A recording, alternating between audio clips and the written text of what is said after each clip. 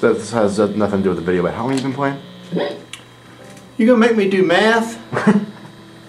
I started when I was 8, but only took like for a couple of years, and I stopped for a while. I picked it back up when I was 11, somewhere around there, and just taught myself. Okay. How long have you been teaching? Been teaching for almost 25 years, I guess. Cool. Sorry, my voice is acting up lately. Are you going to be editing this? Yeah. So you can edit out all my cuss words and stuff? It's all good. Preferably if you didn't cuss. No, I'm just kidding. I got you. Alright, so my project's on the British invasion, you know, the Beatles and all them coming over. Right. The theme of the History Day thing is, you know, changing, like, turning points in history, you know? And I thought this would be a good turning point because, you know, I wasn't born there, but, you know, as far as I'm concerned, music was pretty bland before the British invasion. Is that correct, or? I think that's the general consensus. Yeah. Well, I mean, like, what was music like before the Beatles and all them? Before the Beatles, you had a lot of 50s doo-wop bands, and then you had a lot of the white artists who were taking versions of the black artist songs and doing a white version of them. Like Pat Boone did Tutti Frutti.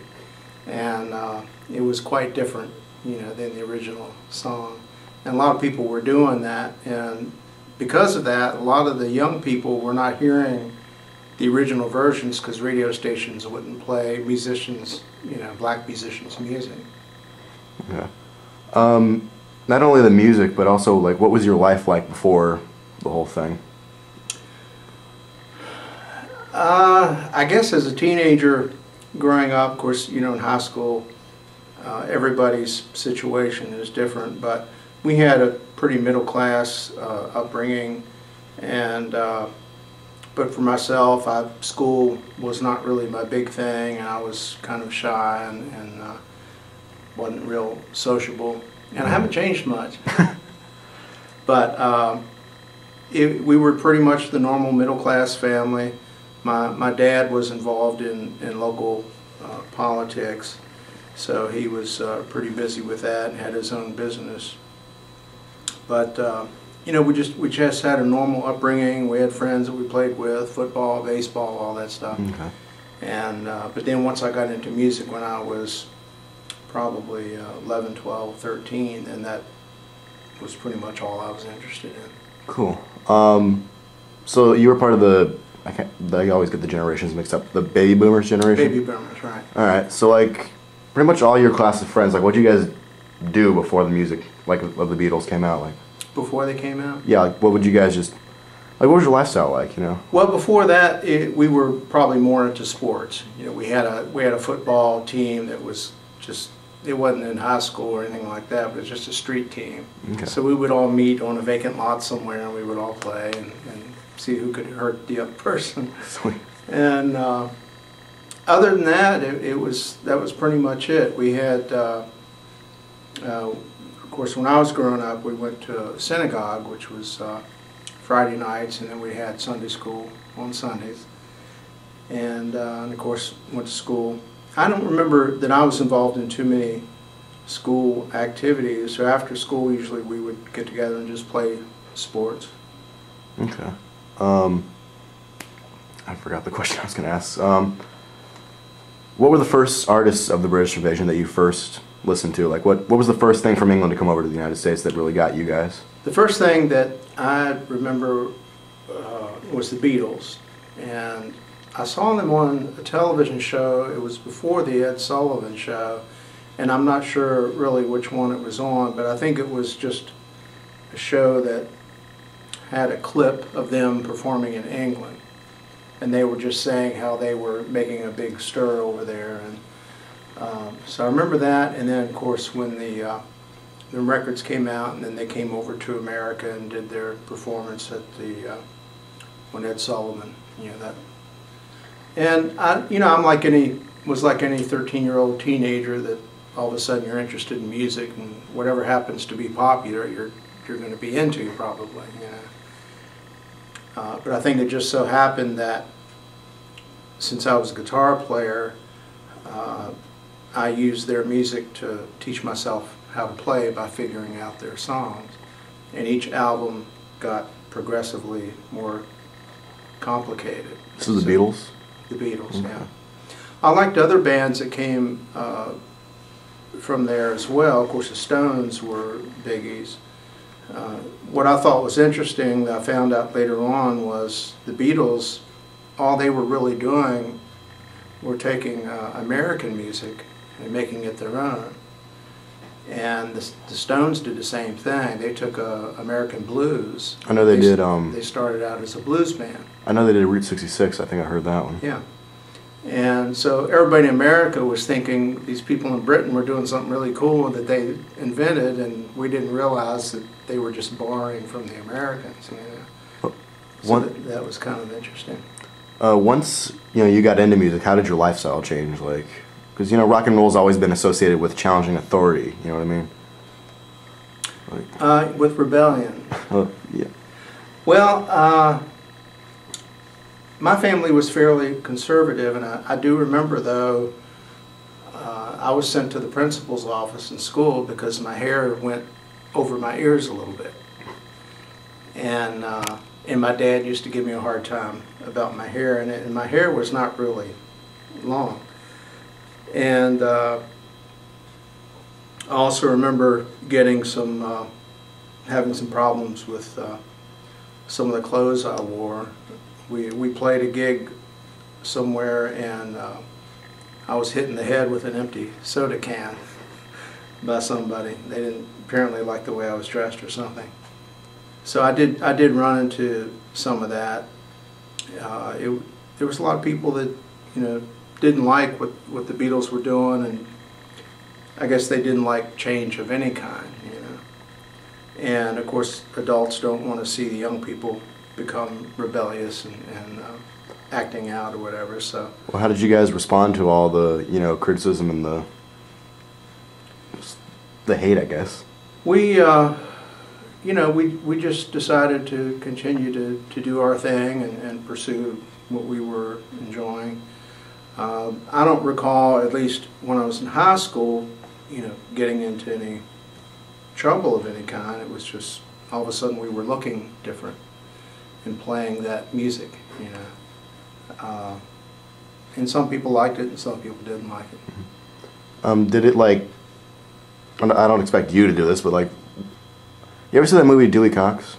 Which one? The Walk Hard movie, the Dewey Cox story. It's a parody of the Walk the Line movie. No, I haven't seen that one. Well, there's this part in the movie where like Dewey Cox is playing a song, it's kind of like Buddy Holly, Elvis kind of stuff. And all of a sudden, these teenagers in the audience just get up and start dancing and smoking, and like, the girls are like, was that like did that happen at all? Like with just. I think it was more of a gradual thing because before the Beatles, you had influences like in the movies, like Jimmy Dean with the leather jacket, and actually the Beatles kind of copied that from him, and Marlon Brando. So all that, I think it kind of happened gradually and over a period of years. So you're probably looking at the mid-50s up until the mid-60s is when there was, so it wasn't really all of a sudden, it took like a 5 or 10 year period for things to kind of change, I think. Okay. So since the invasion, how has your life been affected, like looking back, like not just being a teenager, but now as like an adult and all that? Mm-hmm. Well, I think if you look at, a lot of things happened at that period of time. For one thing, the electric guitar was really not that old. So, and the same thing with rock and roll music. And of course we had the civil rights movement was going on. And you were all of a sudden, you had more access to radio. Television was brand new. You had the Kennedy assassination, which I think, put the whole country in a bad place, and the Beatles came along and helped, I think young people helped give them something to look to and enjoy. And of course, just the population was growing at that point in time as well, so there were a lot more young people and they had more money to spend, so that created a big market for the music part of it to grow. So music was kind of like an escape from all the worries of life, you know, like? Sure. I mean, anything that is involved with entertainment, whether it's sports or music, you know, it's a way for us to forget about life for a while and have fun and enjoy ourselves. Yeah, definitely. Okay. Well, who are some of your favorite artists that you listen to besides like the Beatles and the Rolling Stones and all that? At that time, the Beatles were pretty much, you know, it for me. Okay. And after that, when you get to the later 60s, then you had artists like Jimi Hendrix, and he's the one that really sparked my interest in lead guitar, because prior to that I'd mostly played chords and rhythm guitar. And then you had other guitar players like Eric Clapton and Jeff Beck and Jimmy Page, Led Zeppelin. So the music started to get a little heavier, you know, psychedelic music. And after that, when I graduated, I went to a school in Nashville. I was down there for a year to study broadcasting. My parents wanted me to get a degree in something, you know, or learn a trade or something.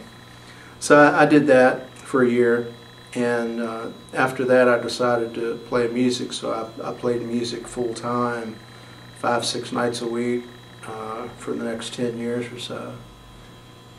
So, and after that, I don't know, there were a lot of different artists that I like. Probably my favorite guitar player is Jeff Beck, because he plays, he's technically very good, but he also plays emotionally. So it's not just a bunch of fancy gymnastics and stuff. It's so he's probably my favorite guitarist. I guess my final question would be like, as a whole, you know, your whole life, you know, how do you think the British invasion influenced you? You know what I mean? The biggest thing, I think, was, I mentioned before that as a teenager I was kind of shy, and I, you know, I think like a lot of young people, I had kind of a rough time, and the music, especially the Beatles music, really gave me something to look forward to. You know, I couldn't wait for their next album to come out, so I could. It's like opening a Christmas present or something, and figuring out the songs. And so it gave you something to do aside from, like, you know, drugs and drinking and all that. Right, exactly. But it was actually more than that. I mean, it really, you know, gave me something to look forward to, and the fact that each album got better and more difficult, and it helped me improve as a musician. It really, in a sense, it kind of saved my life, I think, because I really don't know what I would have done, you know, without that. But you know, it really played a big part in my life. Sweet. We got a minute left on the thing. Nice. Just for footage sake, can I get you playing with your teeth? Because I've always wanted to see that. You want me to play with my teeth? Yeah. Okay. Here we go. How's that? Don't die on me. Come on.